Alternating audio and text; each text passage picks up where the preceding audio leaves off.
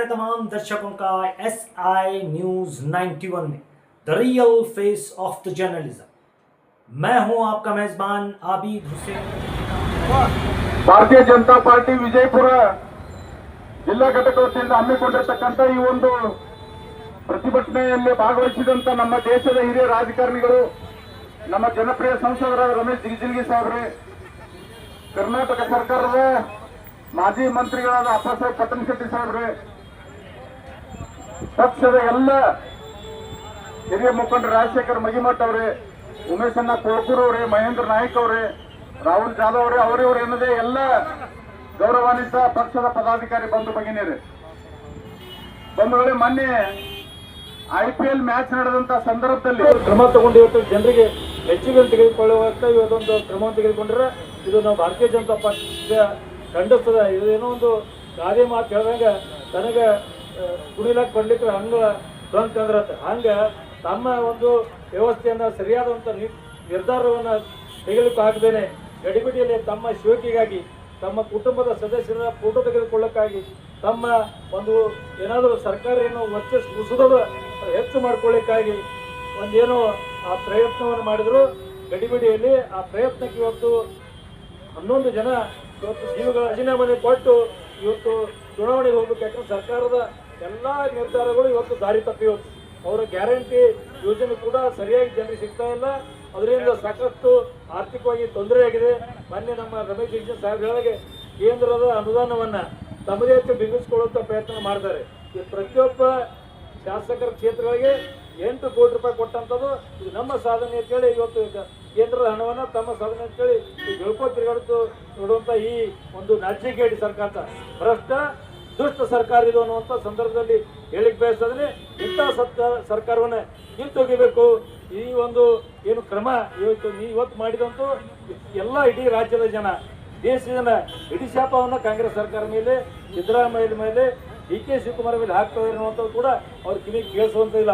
ಆ ಕಿವಿ ಕೇಳಿಸೋದಕ್ಕೆ ತಿಳ್ಕೊಂಡೆ ಇವತ್ತು ನಾವೆಲ್ಲರೂ ಪೊಲೀಸ್ ಜೊತೆ ಇರಬೇಕು. ಭಾರತೀಯ ಜನತಾ ಪಕ್ಷ ಸಾರ್ವಜನಿಕವಾಗಿ ಏನು ಅಮಾಯಕರ ಒಂದು ಸಾವಾಗಿದೆ, ಅವತ್ತು ಏನೊಂದು ಘಟನೆ ನಡೀತು, ಸರಿಯಾದ ರೀತಿಯಲ್ಲಿ ತಮಗೆ ನಿಭಾಯಿಸಲಿಕ್ಕೆ ಆಗದೇ ಇರೋ ರೀತಿ ಏನಾಯ್ತಲ್ಲ, ಅದರಿಂದಲೇ ಸಾವಾಗಿದೆ ಅನ್ನುವಂಥದ್ದು ಕೂಡ ಭಾರತೀಯ ಜನತಾ ಪಕ್ಷ ಹೇಳ್ತದೆ.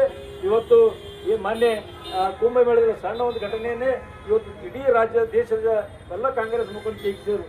ಒಬ್ಬರು ಕೂಡ ರಾಹುಲ್ ಗಾಂಧಿ ಅವರಾಗಲಿ, ಸೋನಿಯಾ ಗಾಂಧಿ ಅವರಲ್ಲಿ ಬಾಯಿ ಬಿಡ್ತಾ ಇಲ್ಲ. ಇವತ್ತು ತಕ್ಷಣದ ದುಷ್ಟ ಕಾಂಗ್ರೆಸ್ ಸರ್ಕಾರಕ್ಕೆ ಭಾರತ್ ಮಾತಾ ಕೀ. ಇವತ್ತು ನಮ್ಮ ಪಕ್ಷದ ನಿರ್ದೇಶನದ ಪ್ರಕಾರ ಇವತ್ತು ನಾವೆಲ್ಲ ಇಲ್ಲಿ ಸರ್ಕಾರದ ವಿರುದ್ಧ ಪ್ರತಿಭಟನೆಯನ್ನ ಹಮ್ಮಿಕೊಂಡಿದ್ದೇವೆ. ಅಮಾಯಕ ಜನರನ್ನ ಸತ್ತ ಮೇಲೆ ಅವ್ರಿಗೆ 10 ಲಕ್ಷ ರೂಪಾಯಿ ಕೊಟ್ಟರೆ ಅವ್ರು ಬಹಳ ಸಂತೋಷ ಆಗ್ತಾರ ಅಂತೇಳಿ ನಮ್ಮ ಸಿದ್ದರಾಮಯ್ಯ ಅವರು ತಿಳ್ಕೊಂಡ. ಘಟನೆಗಳ ಅಹಿತಕರ ಘಟನೆಗಳಾದಾಗ ಸರ್ಕಾರ ತನ್ನ ಮೇಲೆ ಜವಾಬ್ದಾರಿ ತಗೊಂಡು ಜವಾಬ್ದಾರಿ ಸ್ಥಾನದಲ್ಲಿರ್ತಕ್ಕಂಥ ಸಂಬಂಧಪಟ್ಟ ಮಂತ್ರಿಗಳು, ಮುಖ್ಯಮಂತ್ರಿಗಳು ರಾಜೀನಾಮೆ ಕೊಟ್ಟಿದ್ದ ನಿದರ್ಶನ ಸಾಕಷ್ಟಿದಾವೆ. ನಿಮಗೆ ದಾಡೆಗದ ಬರೀ ಅಲ್ಲೇ ಕಚ್ಚಾಡ್ಕೊಂಡು ನಾ ಪೀರ ನೀ ಪೀರ ಅಂತ ಹೇಳಿ ಮಂದಿಗೆ ಕಣ್ಣಾಗ ಮಣ್ಣು ಹೋಗೋದು, ಕಣ್ಣಾಗ ನೀರು ಹರಿಸಿ ನಾವು ಬಹಳ ಸಾಧವರು ಅಂತಕ್ಕಂಥದ್ದು ತೋರಿಸ್ಕೊಡ್ಲಿಕ್ಕೆ ಪ್ರಯತ್ನ ಮಾಡ್ತೀರಿ. ನಿಜವಾಗಿ ಇದು ಅಲ್ಲ ರೀ, ನಿಮ್ಮ ಆಡಳಿತ ಅಲ್ಲ, ನೀವು ಅಲ್ಲ. ಪಾಪ ಆ ಪೊಲೀಸರಿಗೆ ಹಾಕ್ರಿ, ಅವ್ರೇನು ಮಾಡಿದ್ರಪ್ಪ ನಿಮ್ಗೆ? ಅವ್ರು ಬ್ಯಾಡ ಅಂತ ಹೇಳಿದ್ರು, ನೀವು ಈ ಕಾರ್ಬಾರ್ ಮಾಡಬೇಡ್ರಿ ಮುಖ್ಯಮಂತ್ರಿ ಅಂತ ಹೇಳಿದ್ರೆ ಕಾರ್ಬಾರ್ ಮಾಡಿರಿ, ಜನ ಸತ್ತಾರ. ಮತ್ತು ಪೊಲೀಸರಿಗೆ ಹಾಕ್ರಿ ನೀವು, ಪೊಲೀಸರಿಗೆ ಯಾಕೆ ಅವ್ರಿಗೆ ತಲಿ ದಂಡ ಕೊಡಿಸ್ತೀರಿ? ನಿಮ್ಮ ತಲೆ ಗಂಡಸ್ತನ ಇದ್ರೆ ನಿಮ್ಮ ತಲೆ ದಂಡ ಕೊಟ್ಟರು ರಾಜ್ಯದ ಜನರಿಗೆ ತೋರಿಸ್ರಿ, ಅವಾಗ ನಿಮಗೆ ಗಂಡಸ್ರು. ಬರೇ ವಾಮನಾಂಗ ಏನ್ರಿ ಹಚ್ಚಾಚಾರ ಮಾತಾಡ್ಕೊಂಡು ಕಚ್ಚಬಿಚ್ಚಿ ಸರ್ಕಾರ ನಡ್ಕೊಂಡು ಯಾರಿಗೆ ಈ ಸರ್ಕಾರ ಅನುಕೂಲ ಅದ? ಬಡವರಿಗೆ ಅನುಕೂಲ ಅದ, ಜನರಿಗೆ ಅನುಕೂಲ ಅದ. ಬಿಕ್ಕಿ ಬೇಡ್ಕೊಂಡು ತಿರುಗಾಡೋರ್ಗಂತಲೇ ಸರ್ಕಾರ ಆಗ್ಯದ. ಅದಕ್ಕಿಂತ ಬೆಸ್ಟ್ ಅಲ್ಲಿ ಬಸ್ ಸ್ಟ್ಯಾಂಡ್ನಾಗ ನಿಂತ್ರೆ ಯಾರು 4 ದುಡ್ಡು ಹೋಗಿತಾರೆ, ಸರ್ಕಾರ ನಡ್ತದೆ. ಅಂಥ ಕೆಟ್ಟ ಪರಿಸ್ಥಿತಿಯಲ್ಲಿ ಸರ್ಕಾರದ ಅಂಥ ವೇಳೆದಾಗ ಏನು 11 ಜನ ಪಾಪ ಸತ್ತು ಹೋಗ್ಯಾರ.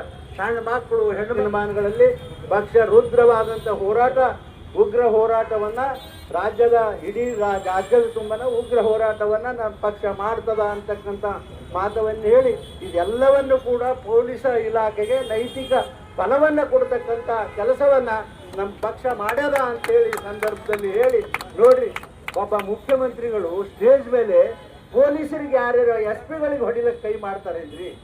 ಇಂಥ ನಾವು ಯಾರನ್ನ ಹೊಡಿಲಪ್ಪ. ಮತ್ತೆ ಈ ಎಸ್ ಪಿ ಕೈ ಹೊಡಿಲಕ್ಕೆ ಹೋದ್ರೆ ಅವ್ರು ಯಾಕೆ ನಿನ್ನ ಕೆಲಸ ಮಾಡ್ಬೇಕು ಮರ?